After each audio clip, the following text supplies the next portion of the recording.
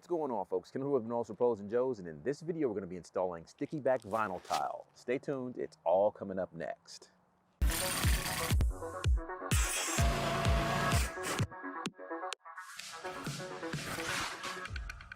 Okay folks, so first we're going to unpackage one of these containers of vinyl tile so we can see what it looks like in natural light.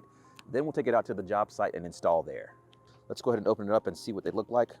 Just lay out a few of them here so that we can get a good idea of what they look like.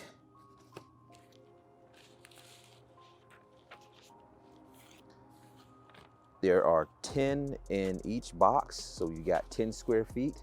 This is what they look like when you've got them together here. We still have our contact paper here on the back, but you can see what it looks like here if you're to peel that back. And then we also have our instructions here that come inside of each package. Shows that you can trim as needed with a razor knife, and it also gives you some brief instructions for laying everything out as you work. Let's move everything to the job site.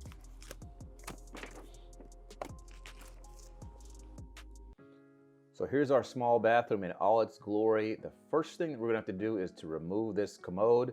No matter if you're gonna be doing this yourself on your own commode or you're doing this for a client or a friend, always make sure that you've got the toilet as clean as possible before you begin trying to move it and work around it, because there's no way around getting up close and personal with it. So now that we've got the toilet removed and bagged up, get it out of here and go ahead and begin cleaning. So if you want sticky back tile to adhere to the floor even remotely well, you've got to make sure that you get your floor cleaned up very well. Now in this video, you don't see me spraying it down, but I've already sprayed some treatment on the floor to help loosen up a lot of that dirt. And so I'm going back over it here and getting up a lot of the loose stuff, and I'm coming back over it again to hit it one more time. As I said, if you want to give your product the best chance of success and longevity, you've got to get the floors as clean as possible. You want to get all the dust and the dirt and anything loose that's sitting on top of the floor off, so that you have a good surface to adhere to. So now I'm going to be working with the very first tile, and I'm going to be coming out of this back left-hand corner and working my way forward. Now this is going to be the most difficult of all the cuts I've got to make, mainly because we've got the water supply line for the toilet to contend with right there in the corner, as well as the side of the toilet flange coming out of the floor. So we've got to actually notch our first tile so that we can make it pass around the water supply that's coming through the floor, and then we're going to actually have to cut off the edge of one of the corners to make it pass and sit flush on the floor around that side of our flange. Now the main reason why we removed the toilet on this installation is specifically to install this piece. Some people prefer to just leave the toilet in place. Kind of depends on how much work it's going to be to remove that toilet, as well as your level of comfort with doing that. But as you can see, putting these pieces in takes a lot of trimming and trial and error, if you will, to get all the pieces down to the exact size that you want it, and trying to make everything look as clean as possible without actually removing the toilet be even more difficult, in my opinion. Now, one thing you're going to see me do here with some of these tiles, you're going to see me cut around and install these tiles with just the edge of the adhesive exposed. Ignore that, because I was trying to do a temporary install with these just for the purposes of being able to demonstrate the before and after on this project. But what I realized was I needed to have the full contact of the glue on the back side of it to make everything adhere properly. And you'll see by the end of the video, I've already switched over and started installing them completely down. Another thing you want to do is make sure that you put some pressure down on all of your floor tiles to make sure that they adhere on all four sides, as well as the middle and all of the edges. So another thing you want to keep in mind is going to be that you can cut these tiles with a razor knife, which is what I am using, or what I will use here in just a moment, or you can use some heavy duty scissors. I'm going down this wall right here on the left hand side because I'm making as few number of cuts as I can possibly make before I get into moving back across the floor here. So I've got to cut these ones right here at the edge of this doorway. Then I'll go back and start the next row.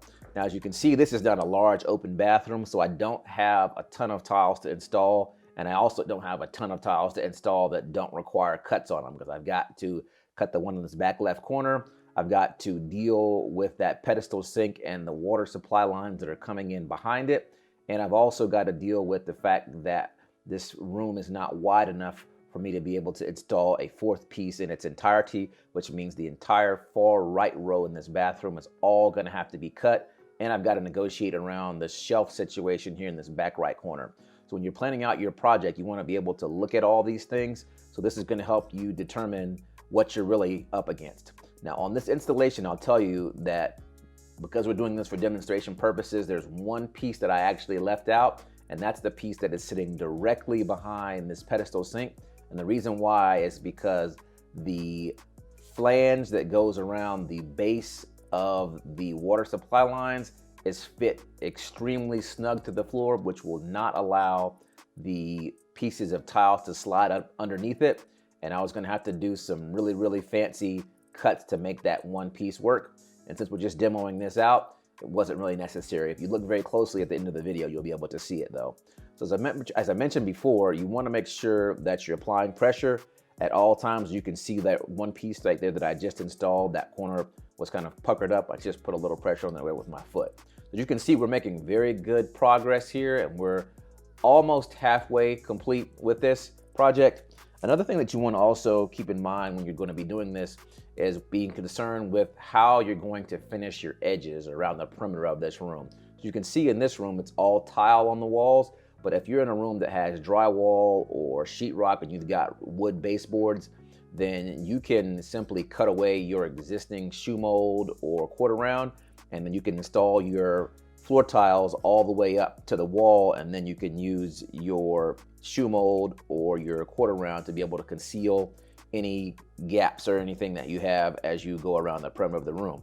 If you don't have that luxury of having shoe mold and quarter round, then you've got to make sure that you've got all of your pieces lined up accordingly, and that you're going to be able to make everything work out. As you can see here, I'm trying to get this piece underneath the base of this pedestal sink, and I'm going to have to kind of finagle it here to try to see if I can slide it under here and just get just enough gap to be able to make that work. And after fooling with it a little bit, I decided to go ahead and keep working. I wanted to keep the momentum going, so I decided I'll come back to that piece later on. So I'm going to put down a few of these tiles here that I didn't have to cut that I was just mentioning before. There's only a few of them, and then now I'm already working out of this right-hand front corner here, and that's going to require me to cut around the door casing as well as this shower enclosure. As you can see here, I'm cutting here on top of the tiles that I've already installed, but I'm putting very little pressure to just be able to score the surface of this. If you're not comfortable making these type of cuts, then it would be a very good idea to just go ahead and cut elsewhere, or have something like a piece of wood there that you can cut on top of. You don't have to worry about damaging the tile that you've just installed.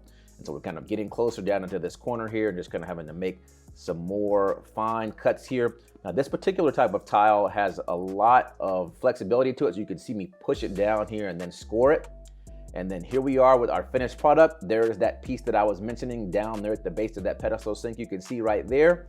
But overall, this product does a very good job of giving this bathroom a very much needed updated look on the floors.